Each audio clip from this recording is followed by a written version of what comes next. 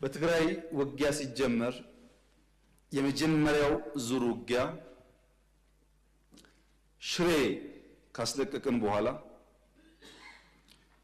የኤርትራ ጦር ከኋላ ኋላ ተከትሎ ሽሬ ገብቶ የአንዳንድ ሰዎችን ግለሰቦች ቤት ማፍረስ ፎቅ ማፍረስ ሲጀምር ጸብ ተጀምሯል። አልተናገርንም እንጂ አክሱም ይዘን ስናልፍ አክሱም ገብቶ ወጣቶች በጅምላ ሲረሽን ጸብ ተፋፍሟል። አድዋን ይዘን ስናልፍ አድዋ ሄዶ ፋብሪካዎች ሲፈታታ ሲሰርቅ ጸብ ተጋግሏል።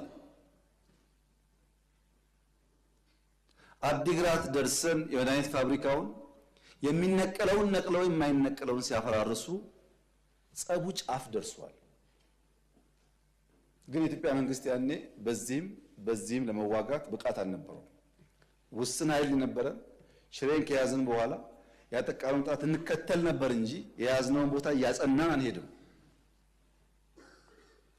ይሄ ጉዳይ የተከበረው ምክር ቤት ለዛሬ ዋጋ የለውም። ለታሪክ ማንሳት የምንፈልገው ጉዳይ አክሱም ወጣቶች ሲገደሉ፣ አድዋ ሲዘረፍ፣ አዲግራት ሲዘረፍ በርካታ ኢንቮይ ወደ ኤርትራ ልክ ያለው የላኳቸው ሰዎች ገሚሱ አሁን ከኛ ጋር የሉም። ለምሳሌ ክቡር አቶ ገዱ ያኔ የውጭ ጉዳይ ሚኒስተር ነበሩ። ከአንዴም ሁለቴ ኤርትራ ልኬያቸዋለሁ። የላኳቸው የትግራይን ህዝቤን አታገሷቅሉ፣ ሀብቱን አትዝረፉ፣ ጸቡ ከቲፒኤልኤፍ እንጂ ከትግራይ ህዝብ አይደለም የሚል ነው። አቶ ገዱ አሁን እኛ ጋር የሉም፣ ግን ክር አላቸው፣ ህሊና አላቸው። ዛሬ ቢደብቁ በታሪክ ውስጥ ይወጣል። ለምን ጉዳይ ነው እንደተነጋገሩ እሳቸውም ያውቃሉ፣ ሻዕቢያም ያውቃል፣ እኛም እናውቃለን። አሉ አልሞቱም። እሳቸው አክሰስ ይደረጋሉ፣ ሊናገሩ ይችላሉ። ለክራቸው ሲሉ ለእምነታቸው ሲሉ ማለት ነው። ለምን ጉዳይ እንደሄዱ በእሳቸው መፈታት ሲያቅተው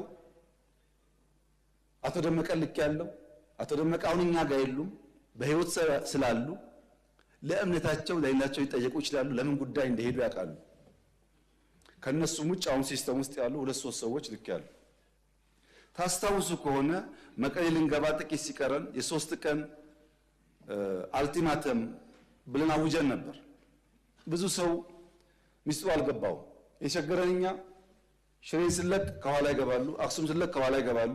አሁን መቀሌ ስንገባ ደግሞ ገብተው ትልቁን ከተማ ዳሜጅ ያደርጋሉ ብለን ከነሱ ጋር ከአሁን በኋላ ከወቅሮ እናልፋለን ብትሉ ወያኔ ትተን ወደ እናንተ ነው የምንዞረው ውጊያው ብለን ውቅሮ ላይ የሚጠብቅ ፎርስ አስቀምጠን ነው መቀሌ የገባ ነው እንዳያልፉ ማለት ነው።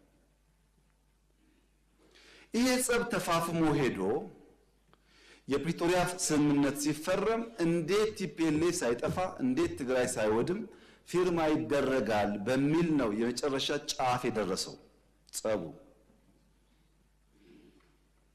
ከዚህ ኃይል ጋር ነው እንግዲህ አንዳንድ ቲፒኤልኤፍ ሰዎች ሆነው ኢትዮጵያን ለማፍረስ እንስራ ያሉት። የትግራይ ህዝብን የሚጎዳና የሚጠቅም ነገር ይሄ መንግስት ነው የሰራው ወይስ ቲፒኤልኤፍ? ሁሉም ቲፒኤልኤፍ ላይሆን ይችላል። አክራሪ ቲፒኤልኤፍ በሚል ሊወሰድ ማን ነው የሚለውን ዛሬ ብዙ ኢሞሽን፣ ብዙ ፕሮፓጋንዳ፣ ብዙ ውሸት ስላለ ችግር የለውም።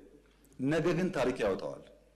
አማራ ክልል ሲገባ ቲፒኤልኤፍ ያደረገው ነገር ያሳፍራል።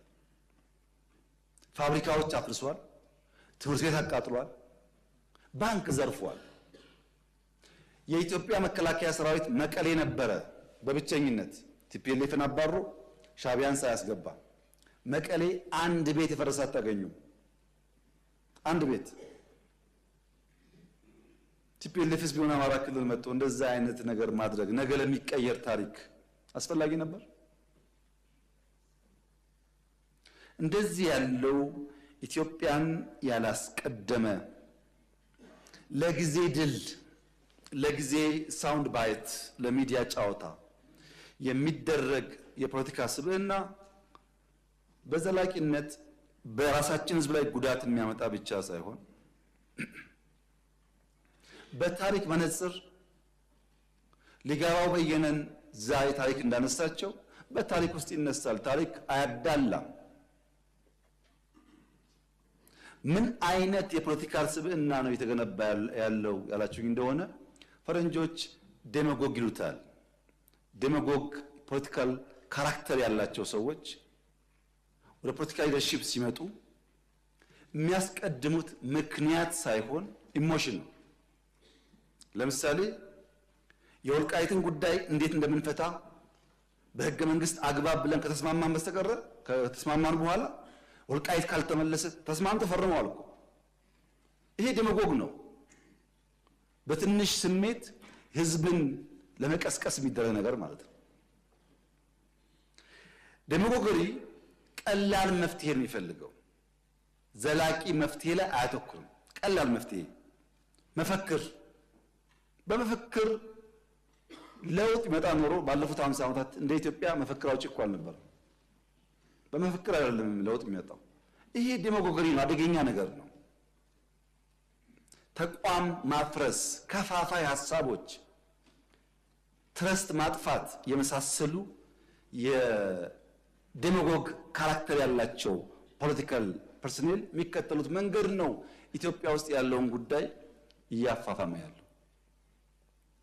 በዘላቂነት ድል ያመጣሉ ወይ? በፍጹም። ለምን? ፕራግማቲስት አይደሉም። ፕራግማቲስት ማለት በየቀኑ ያለችውን እድል በመልካምነት የሚጠቀም ማለት ነው። ለምሳሌ ቅድም አንድ ወንድሜ ሲያነሱ የሚሰራው ቤት ለሀብታም ብቻ ነው አሉ። እኔ ያዋሪ የሰራሁት ለሀብታም ነው። ይሄ ዴማጎግ ነው። እፍታ መውሰድ ነው። ፋክት አይደለም። መጥፎ ባህሪ ነው። ባይዘው ፋክትን እውነትን ዲናይ ማለት ጥሩ አይደለም። አርሶ አደር ይቀየር ብለን በየመንደሩ ያያችሁት በቲቪ የሰራ ነው ቤት የሚባል ያልነበራቸው ሰዎች ሽንት ቤትና ቤት ሶፋ ቲቪ እንዲኖራቸው ማድረግ ለሀብታም አይደለም። ስንት ሀብታምስ ኢትዮጵያ ያለና ነው።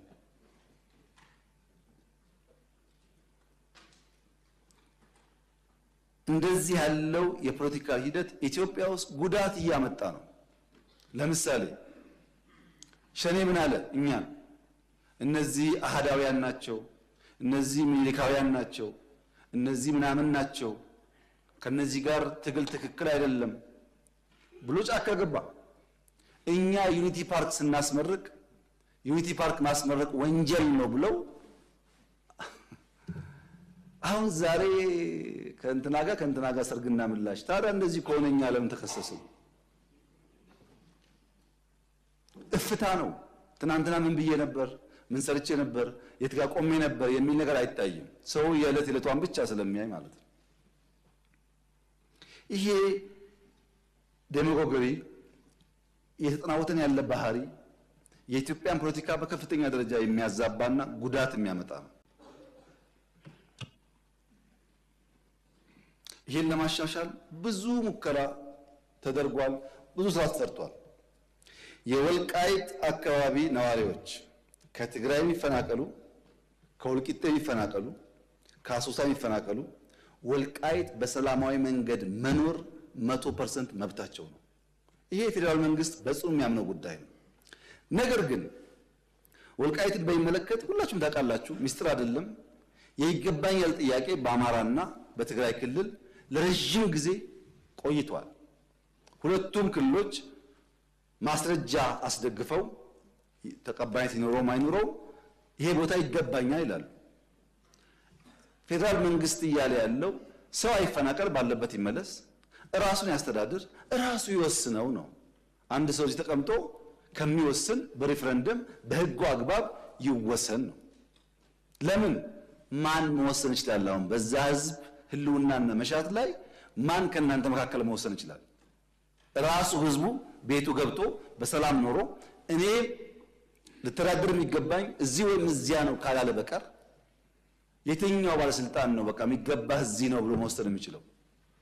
ይሄው ባለፉት ዓመታት በዚህ ምክንያት የወልቃይት ህዝብ እንደ የትኛውም ኢትዮጵያዊ የሚገባውን በጀት ማግኘት ሲገባው፣ ትምህርት መደገፍ ሲገባው፣ ጤና መደገፍ ሲገባው ፌዴራል መንግስት ማገዝ የሚገባውን ነገር ሳያግዘው እንዲቆይ ያደረገው ጉዳይ ይሄ ጉዳይ በሰላም ሊፈታ ይሻላል፣ ሁለት ወንድማማች ህዝብ በሚያባላ መንገድ ሊፈታ አይገባውም ከሚል ጽኑ እምነት ነው። እኔ አልወስንም የወልቃይትን ጉዳይ ተስፋ አደርጋለሁ እናንተ አትወስኑም። የሚወስነው የዛ አካባቢ ህዝብ ነው። ለዚያ ፓርቲዎች አስቻይ ነገር መፍጠር የሚጠበቅባቸው ይመስለኛል። ነገር ግን ከትግራይ ሰው ተፈናቅሎ አማራ ክልል፣ ኦሮሚያ፣ አዲስ አበባ አይኖርም ወይ ያላችሁኝ እንደሆነ በትግራይ ውጊያ የተሳተፉ ወታደሮች የትግራይ ህዝብ አይደለም የተሳተፉ ወታደሮች አሁን ጫካ ብትሄዱ ስራ ላይ ናቸው፣ ፕሮጀክት ይሰራሉ። ወታደሮች አዲስ አበባ ውስጥ ሞልተዋል፣ አርባ ምንጭ ሞልተዋል፣ ሐዋሳ ሞልተዋል። ሀገራቸው ነው።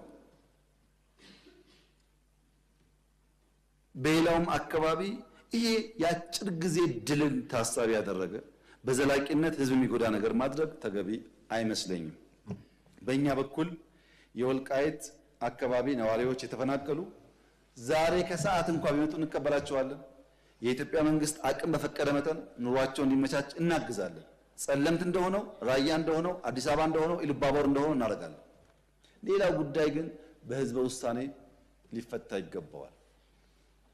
ይሄ ዲሞክራሲያዊ አካሄድ ብቻ ሳይሆን ህገ መንግስታዊ ነው። ህገ መንግስቱ ባለበት ሁኔታ ውስጥ ያንን ጥሶ መወሰን ለአንዳንዶቻችን የሚቻለን አይመስለኝም።